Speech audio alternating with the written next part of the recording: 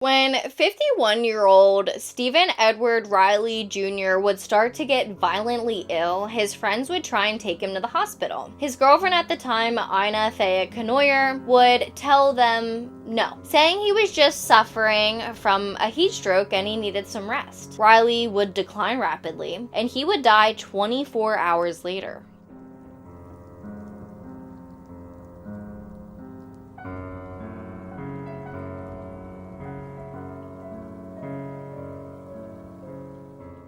Hello everyone, and welcome back to my channel and Killer Concepts, the place where we talk about all things true crime. My name is Peyton. If you are new here, please make sure to hit that red subscribe button down below and turn on your post notifications so that you do not miss any future content. Today we are going to be talking about the murder of a 51-year-old man named Stephen Edward Riley Jr. Riley was allegedly poisoned by his girlfriend at the time, Ina Thea Kenoyer, 47, with antifreeze, all because he was supposed to be receiving a large inheritance. That might be a little bit of an understatement. It was a whole $30 million inheritance. However, this would turn out to be a scam, and there was never any money. Investigators believed that this murder was motivated by the fact that Kenoyer wanted Riley's money all for herself. This is a very recent case. Kenoyer was arrested on October 30th, 2023 for the September 5th murder of Riley. Please remember that everyone is innocent until proven guilty in the court of law, and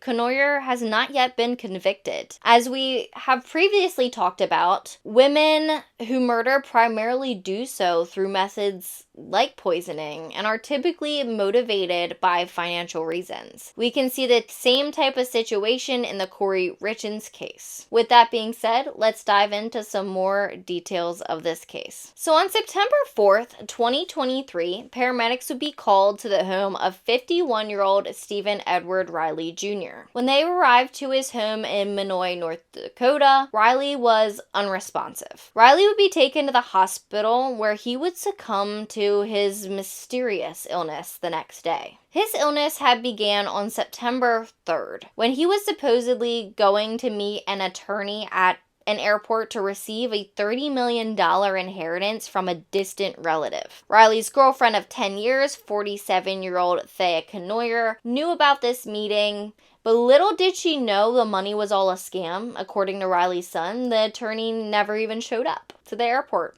at all. It was most likely just someone trying to get his bank account numbers. So September 3rd, Riley started becoming ill. His friends told police that he had felt drunk even though he was sober. He was falling over when he was trying to walk and had stomach pain. An hour later, he was vomiting, he couldn't walk on his own, and he was having trouble staying awake, going in and out of consciousness. When friends requested that they take him to the hospital for help, his girlfriend Kenoyer said not to. He was just suffering from a heat stroke that he had had the previous day. All he needed was some rest. Kenoyer would eventually try and tell investigators that this was the other way around, and she wanted to get him medical attention, but his friends had said no. She would tell them that he had been drinking alcohol all day on September 3rd. The next day, after she watched her boyfriend suffer for 12 hours, is when Kenoyer would finally call 911. And like I said, paramedics would find Riley unresponsive. On September 5th, 51-year-old Stephen Edward Riley Jr. would die at Bismarck Hospital. He was originally taken to Trinity Hospital, but his case was so severe that they transferred him to Bismarck Hospital. An autopsy would be done, as it is any time someone dies unexpectedly or of mysterious circumstances. The autopsy would uncover that Riley had been poisoned. In fact, they had found toxic levels of a chemical called ethylene glycol, with no evidence of alcohol or heat stroke. I am sure you have heard of ethylene glycol before, as it is an ingredient in antifreeze, which has been used in a lot of poisoning cases. Antifreeze poisoning can be hard to detect by those who are ingesting the substance. It has to do with the fact that it has a sweet taste and can be easily hidden within sugar sugary drinks like tea, soda, and or juice. Before the autopsy was even done, friends and family of Stephen Riley would suggest that antifreeze could be a possible cause of death. Several people mention that they remember Kenoyer talking about it before and after his death. Obviously, when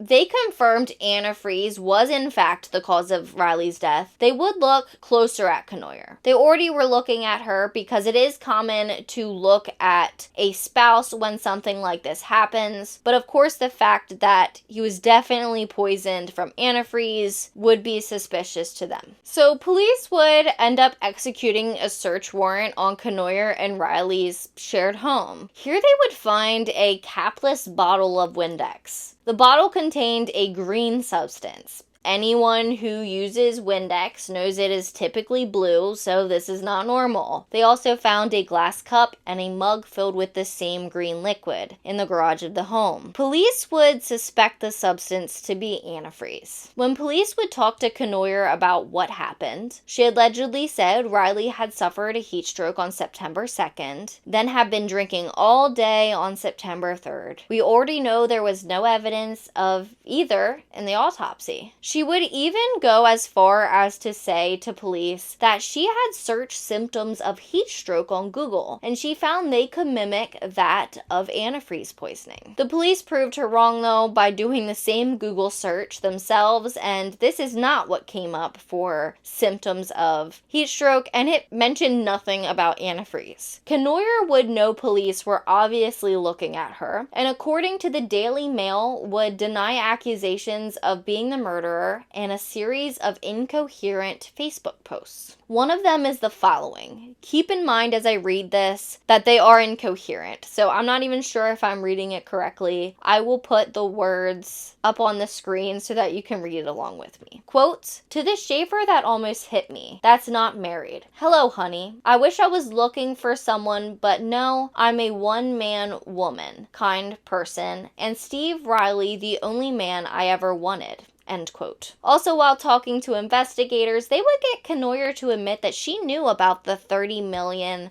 Riley was supposed to inherit from this distant relative. She said that she would be splitting the amount of money with Riley's son. She explained that Riley and herself had been together for 10 years, long enough that they were considered common law, and that entitled her to the money. For those of you that don't know, some states have a law where if somebody has been together and inhabited a place together for a certain amount of time, they are technically married even if they didn't go through the legal process of becoming married. So it's a common law marriage. A lot of states have gotten rid of it, including the one that I live in. So Riley had told friends that he was planning on breaking up with Kenoyer when he got the money, and Kenoyer allegedly knew this, which this is a great motive for investigators. However, she would allegedly become upset when investigators told her that common law marriage was not recognized in the state of South Dakota, so she would be getting absolutely nothing. She would be getting no money. Even the little bit that he may have had, because obviously the $30 million was a scam, she wouldn't be getting that either. And this upset her. So Kenoyer's story would change several times while being interrogated by investigators, as it usually does with somebody who's probably guilty. After a while, Kenoyer would eventually admit to the police that she had done it. She had poisoned 51-year-old Stephen Edward Riley Jr. She had done it by slipping antifreeze into his sweet tea that she was giving him all day on September 3rd. He most likely did not even taste it because, like I said, it can have a sweet taste. So of course, it would be easier to mask in a substance like sweet tea. So very recently, on October 30th, 2023, Ina Thea Kenoyer, 47, would finally be charged with the September 5th murder of Stephen Edward Riley Jr., 51. She is scheduled for her first court appearance and arraignment on December 7th. So this case was definitely an interesting one to get into, to say the least. The things people do for money is insane,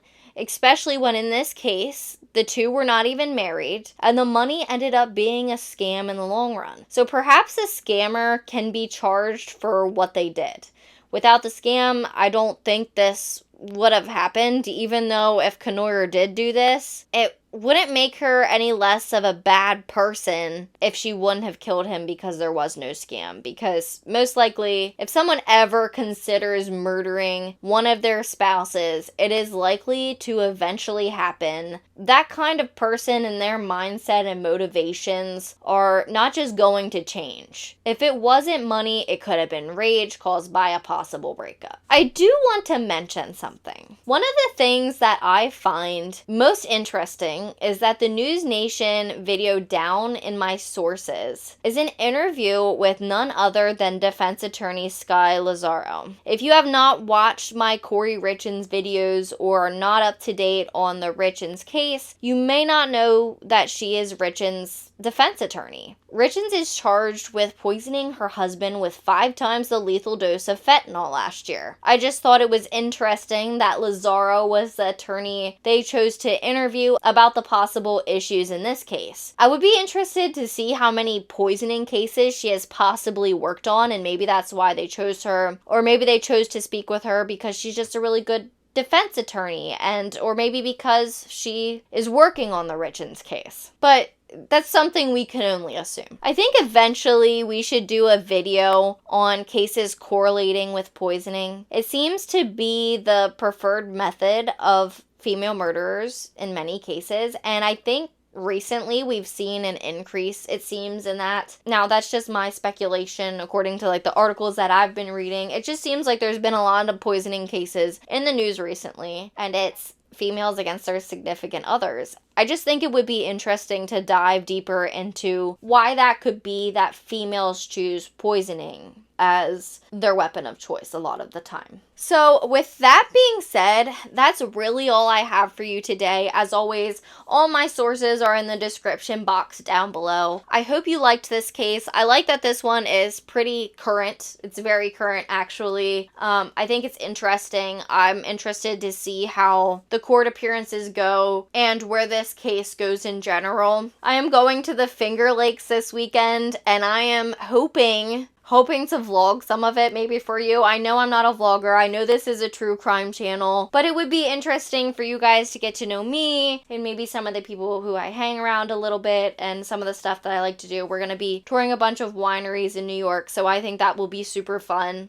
Before you go, please remember to hit that red subscribe button down below and turn on your post notifications so that you do not miss any future videos that post. Any kind of support you can give me, sharing videos, commenting, liking them, just watching them, playing them in the background, any of that helps me here on my channel, so I really appreciate it. I appreciate all my new subscribers. If you have any case suggestions that you'd ever like to send me, you can send them to killerconceptsvlog@gmail.com. You can also comment them down below if you want. I try and read all the comments because right now I don't get too many that I can't. And you can always reach out to me on Instagram. My primary Instagram is killerconceptsvlog. I may be changing the name, but I will let you guys know. I post true crime facts on there, and I have fun with it. So if you'd like to follow that would be great as well. As well as all my other social media links are down below in the description box. With that being said, that is all I have for you today. And just remember that the world's most dangerous minds